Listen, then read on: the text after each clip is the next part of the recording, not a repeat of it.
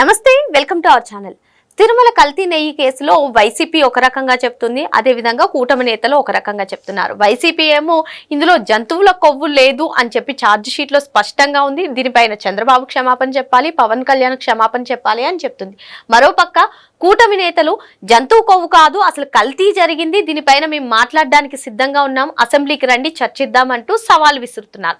అసలు రాజకీయాలకు అతీతంగా శ్రీ తిరుమల వెంకటేశ్వర స్వామి గారి సన్నిధిలో లడ్డూ ప్రసాదంలో ఏం కలిసింది తెలుసుకునే ప్రయత్నం చేద్దాం. దీన్ని విశ్లేషించడానికి మనతో పాటుగా ఉన్నారు పొలిటికల్ అనలిస్ట్ కట్టా కార్తిక్ గారు. నమస్తే అండి. నమస్కారం.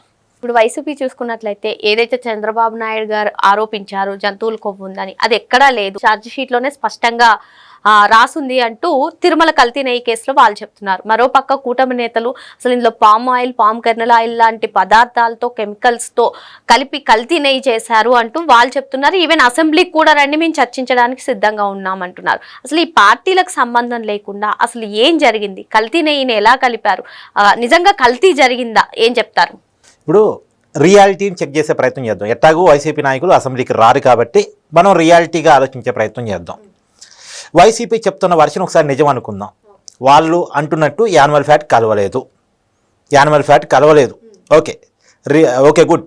నేనేమంటానంటే ఒక చోట దొంగతనం జరిగింది శ్రావణి, ₹1 కోటి పోయింది అని ఆ షాప్ యజమాని పోలీసులు కంప్లైంట్ చేశారు. పోలీసులు ఎంక్వైరీ చేశారు, దొంగను పట్టుకున్నారు, ఒక 50 లక్షలు రికవరీ చేశారు.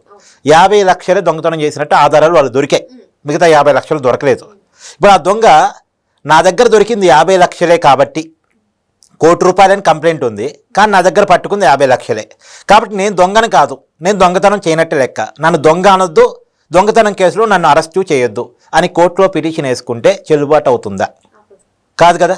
50 లక్షలు దొంగతనం చేసిన దొంగే కదా, అంతే కదా. సరే, అది పోనీ ఒక రోడ్డు మీద ఒక వ్యక్తిని ఎవరో కత్తితో పొడిచారని అనుమానంతో, అంటే ఒక వ్యక్తి రోడ్డు మీద పడి ఉన్నాడు, చావు బతుకుల మధ్య కొట్లాడుతున్నాడు, హాస్పిటల్కి చేర్చావు నువ్వు. ఆ వ్యక్తిని ఎవరో కత్తులతో పొడిచారని కంప్లైంట్ ఇచ్చావు, హాస్పిటల్ జాయిన్ చేసేటప్పుడు కంప్లైంట్ కూడా ఇవ్వాలి గారు, పోలీసులు కూడా కంప్లైంట్ ఇచ్చావు నువ్వు. తర్వాత పోలీసుల విచారణలో అతని కత్తులతో పడవలేదు, చాకులతోనే పొడిచారు అని ఫైండింగ్ చేసి ఎవరు పొడిచారో కూడా పట్టుకున్నారు.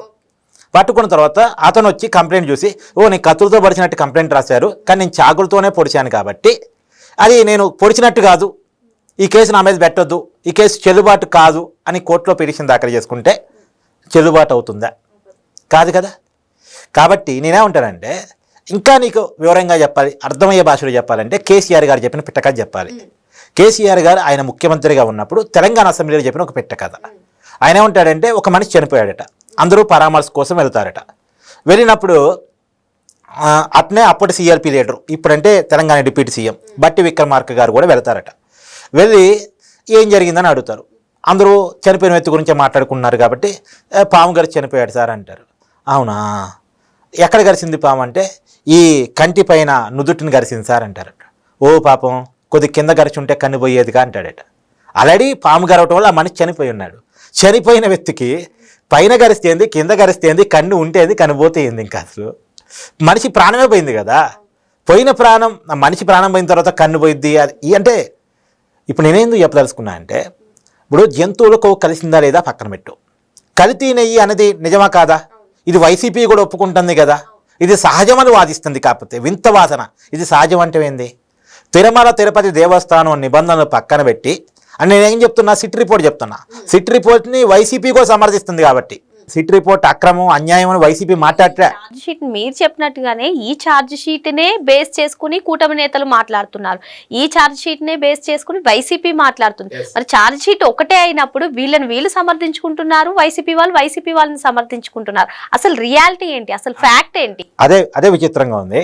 నిజానికి కూటమి సపోర్ట్ చేస్తున్న ఛార్జ్ షీట్ని వైసీపీ వ్యతిరేకిస్తే వేరు, కానీ వైసీపీ కూడా సపోర్ట్ చేస్తుంది కాబట్టి దాంట్లో జంతువుల కొవ్వు లేదని వైసీపీ వాదన. సరే, అది లేదు, ఓకే. ఉన్నది ఏంటిది అంటే, తిరుమల తిరుపతి దేవస్థానం నిబంధనలు మార్చి, ఏం నిబంధనలు? 4 లక్షల లీటర్ల పాల సేకరణ కెపాసిటీ ఉన్న కంపెనీకే నెయ్యి టెండర్ అప్పచెప్పాలి, కానీ ఆ నిబంధన ఎత్తేసారు. 250 కోట్ల టర్నోవర్ ఉన్న కంపెనీకే నెయ్యి టెండర్ అప్పచెప్పాలి, ఆ నిబంధన మార్చేశారు. 250 కోట్ల నుంచి 150 కోట్లకు మార్చేసి వాళ్ళు అనుకున్నటువంటి సంస్థ ఏఆర్ డైరీకి అప్పచెప్పారు. నందిని డైరీ నుంచి ఏఆర్ డైరీ చేతిలోకి నెయ్యి టెండర్ అప్పచెప్పారు. ఈ ఏఆర్ డైరీకి మళ్ళీ బోలేబాబా డైరీ ఒక సబ్ కాంట్రాక్టర్. వీళ్ళిద్దరి నుంచి మరి వీళ్ళ దగ్గర పాల సేకరణ కెపాసిటీ లేదు. వీళ్ళకి మామూలుగా నెయ్యి ఎక్కడి నుంచి వస్తుంది? పాల నుంచి వెన్న, వెన్న నుంచి నెయ్యి వస్తుంది. కానీ ఈ రెండు సంస్థలకి పాల సేకరణ కెపాసిటీ లేదు. మరి వీళ్ళు ఎట్ట నెయ్యి ఇస్తారు? ఎట్ట నెయ్యి ఇచ్చారు అంటే, ఇప్పుడు సిట్ రిపోర్టే మన నేను సొంతంగా చెప్తుంది కాదు, ఎట్ట ఇచ్చారు అంటే కెమికల్స్ పామాయిల్ కలగలిపి ఒక పదార్థాన్ని తయారు చేసి దాన్ని నెయ్యిగా నమ్మించేసి దాదాపు 68 లక్షల కేజీల నెయ్యిగా నమ్మించి, అది నెయ్యి కాదు, అది రసాయనాల పదార్థాన్ని నెయ్యిగా నమ్మించి సప్లై చేస్తే దాన్ని కలిపి లడ్డూలు తయారు చేశారు. దాదాపు 20 కోట్ల లడ్డూలు తయారు చేసి భక్తులకు పంపిణీ చేశారు. ఇది సిట్ రిపోర్ట్ చెప్తుంది. మరి ఈ సిట్ రిపోర్ట్ను వైసీపీ సమర్థించినప్పుడు ఈ పాయింట్ని ఒప్పుకొని తీరాలిగా. సమర్థిస్తుంది అంటేనే ఒప్పుకున్నట్టు కదా. సరే, నేనేమంటానంటే ఇందాక నేను చెప్పిన ఉదాహరణలో నేను చేసింది 50 లక్షల దొంగతనం అన్నా కానీ దొంగే అయినప్పుడు ఇప్పుడు కలిపింది రసాయనాల పదార్థం అంటున్నప్పుడు వైసీపీ దొంగేనా కాదా? జంతువులకు కలపలేదు, సంతోషం అనుకుందాం, వైసీపీ చెప్తున్న వాదనే నమ్ముదాం. ఇప్పుడు ఇది కలిపి రసాయనాల పదార్థాన్ని కలిపారు కాబట్టి వైసీపీ దొంగ కాకుండా పోతుందా? వైసీపీ అపచారం చేయనట్టు కాదా?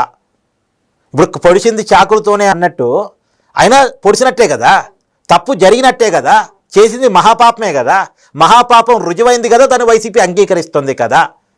ఇప్పుడు ఇంత అపచారం చేసినటువంటి వైసీపీకి హిందువులు ఎందుకు ఓటేయాలి? ఒకటి కాదు శ్రావణి, నేను కొన్ని ఉదాహరణలు చెప్తాను. జగన్మోహన్ రెడ్డి గారు అధికారంలో ఉన్నప్పుడు ఏ రోజైనా సతీ సమేతంగా వచ్చి పట్టు వస్త్రాలు సమర్పించారా? సాంప్రదాయాన్ని పాటించడానికి నీకు వచ్చినటువంటి నొప్పేంటి? సరే, అది పోని. మొన్న మధ్య అధికారం పోయిన తర్వాత కూడా డిక్లరేషన్ ఇవ్వటం ఇష్టం లేక తిరుమల వెళ్ళటం మానేశారు. డిక్లరేషన్ అంటే ఏముంటుంది అంటో? జగన్మోహన్ రెడ్డి గారు ఆస్తులు ఏమన్నా దేవుడికి రాసిమని ఉంటుందా? కాదు. హిందూ మతాన్ని గౌరవిస్తున్నాను, దేవుడి మీద భక్తితోనే ఇక్కడికి వచ్చాను. ఏంటి ఆ పదాలు ఒప్పుకోవడానికి ఉన్న అభ్యంతరం ఏంటి? ఆ పదాలు ఒప్పుకుంటూ సంతకం పెట్టడానికి వచ్చిన అభ్యంతరం ఏంటి? దీన్ని ఒప్పుకోవటం ఇష్టం లేక జగన్మోహన్ రెడ్డి గారు తిరుమల రాలేదు. సరే, అధికారం ఉన్నప్పుడు కుంభకోణాల గురించి మాట్లాడుకుందాం. పరకామణి చోరీ జరిగిందని అంటే సరే, ఎవడున్నా సరే మా పార్టీ వాడున్నా శిక్షించండి అనాల్సింది పోయి చిన్న దొంగతనమే కదా అని కోట్ల రూపాయల దొంగతనాన్ని చిన్న చేశారు జగన్మోహన్ రెడ్డి. అంటే పరకామణి దొంగని ఓపెన్గా సమర్థించారు. ఇలా ఓపెన్గా సమర్థించడం అంటే చిన్న విషయం కాదు, ఓపెన్గా సమర్థించారు. చివరికి వాళ్ళ అధికారం ఉన్నప్పుడు పట్టు శాలవాలను కూడా వదలకుండా కుంభకోణం చేశారు. ఇప్పుడు ఈ కల్తీ నెయ్యిలో కూడా సిటీ చెప్తున్న దాని ప్రకారం ఇది 235 కోట్ల కుంభకోణం అంటున్నారు. ఇప్పుడు ఈడీ రంగంలో దిగింది. ఈడీ రంగంలో దిగిన తర్వాత కూడా ఇంకా ఇది తప్పు, ఇది కుంభకోణం జరగలేదని ఎట్లా చెప్తారు? ఇంకొక లాజిక్ కూడా మాట్లాడుకో. నాకు కూడా ఒక డౌట్ అండి. ఎన్ఫోర్స్మెంట్ డైరెక్టర్ అనేది ఎప్పుడైనా సరే సిట్ దగ్గర ఆధారాలు ఉన్నప్పుడు ఆధార్ నిజమైతే ఈడీ రంగప్రవేశం చేస్తుందని చెప్తారు. మరి వైసీపీ ఆరోపిస్తున్నట్టు అసలు కల్తీయే జరగకపోతే, ఇది కేసే కాకపోతే ఈడీ ఎందుకు ఎంట్రీ ఇస్తుంది? అసలు కేసు కాకపోవటం ఏంది? కేసు కాకపోతే చిన్నప్పని జైల్లో ఎందుకున్నాడు? సిట్టు ఫైనల్ ఛార్జ్ షీట్ కోర్టులో ఎందుకు దాఖలు చేయాల్సి వచ్చింది? 30 మందికి పైగా ఎందుకు నిందితులు ఇస్తుంది? నిందితులు అనే పదం ఎందుకు వాడుతున్నారు? ఇంకా తప్పే లేదు, కేసే లేదు అనుకున్నప్పుడు వాడకూడదు కదా. తర్వాత ఇంకొక పదం కూడా, ఇప్పుడు నువ్వు అన్నట్టు నిన్న సిట్ ఒక లేఖ రాసింది రాష్ట్ర ప్రభుత్వానికి. ఆనాటి టీడీపీ అధికారులు ఎవరు? సింగాలు, ధర్మారెడ్డి, బాలాజీ, ఈ ముగ్గురు అధికారులని, ధర్మారెడ్డి అయితే జగన్మోహన్ రెడ్డి గారు పర్సనల్ కదా, వాళ్ళ ముగ్గురు మీద చర్యలు తీసుకోమని సిట్టు రాష్ట్ర ప్రభుత్వానికి లేఖ రాసింది. మరి తప్పే లేనప్పుడు వాళ్ళ మీద చర్యలు తీసుకోమని సిట్ ఎందుకు చెప్తుంది? తప్పు ఉంటేనే కదా చెప్పింది. వాళ్ళు తప్పు చేశారు కాబట్టి వాళ్ళ మీద చర్యలు తీసుకోమన్నారు. తప్పు చేశారంటే తప్పు జరిగినట్టు అర్థం. మరి తప్పు క్లియర్గా కనపడుతున్నప్పుడు కూడా ఇంకా తప్పు జరగలేదు, కేసు లేదంటే ఎట్టా? కేసు ఉంది కాబట్టి సిట్టు లేఖ రాసింది, కేసు ఉంది కాబట్టి ఈడీ వస్తుంది, కేసు ఉంది కాబట్టి చిన్నప్పటి జైల్లో ఉన్నాడు వైవి సుబ్బారెడ్డి పిఏ, కేసు ఉంది కాబట్టి ఛార్జ్ షీట్ దాఖలు చేశారు, కేసు ఉంది కాబట్టి నిందితులు లిస్ట్ అంటూ ఒకటి ఉంది. సో కేసు ఉన్నమాట వాస్తవం, కేసు లేదు, తప్పు జరగలేదు అని వైసీపీ గుడ్డి వాదన, మొండి వాదన, పిచ్చి వాదన, మూర్ఖపు వాదన చేస్తే ఎవరూ చేయగలిగింది లేదు. ప్రజలకు అన్ని వాస్తవాలు తెలుసు. అంటే ఇక్కడ ఇంకో అంశం కూడా అండి.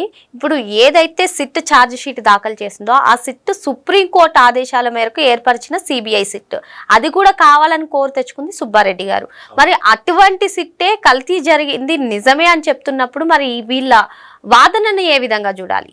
అంటే వైసీపీ వాళ్ళు అంతే, ఇంకా వాళ్ళని ఎవరు మార్చలేదు. వాళ్ళంటూ ఒక సపరేట్ ప్రపంచంలో ఉంటారు.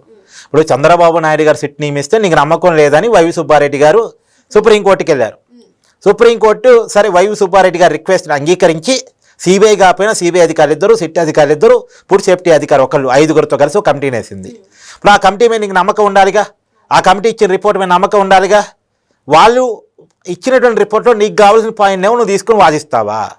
అదే సిట్ రిపోర్టు నువ్వు తప్పు చేసావని క్లియర్గా చెప్తుంది, మరి దాన్ని మాత్రం నువ్వు అంగీకరించవా? ఏంటిది? చాలా క్లియర్గా చెప్తుంది కదా. వైవి సుబ్బారెడ్డి గారి పిఏ కేజీకి 25 రూపాయలు లంచం తీసుకున్నాడు, అతని అకౌంట్లో డబ్బులు పడ్డాయి అని చెప్తుంది కదా. దాని మీద ఈడీ రంగప్రవేశం చేస్తుంది కదా. ఇంకా తప్పు జరగలేదు అని మొండి వాదన ఎలా చేస్తారు అంటే ఇక వైసీపీ వాదన అలాగే ఉంటుంది. సో జనం తేల్చుకోవాలి. ఇప్పుడు వీళ్ళు ఏదైనా చెప్పని, రాజకీయాల కోసం కూటమి చెప్పని, రాజకీయాల కోసం వైసీపీ చెప్పని, జనాలు క్లియర్గా ఉన్నారు. వైసీపీ తప్పు బట్టబయలైపోయింది.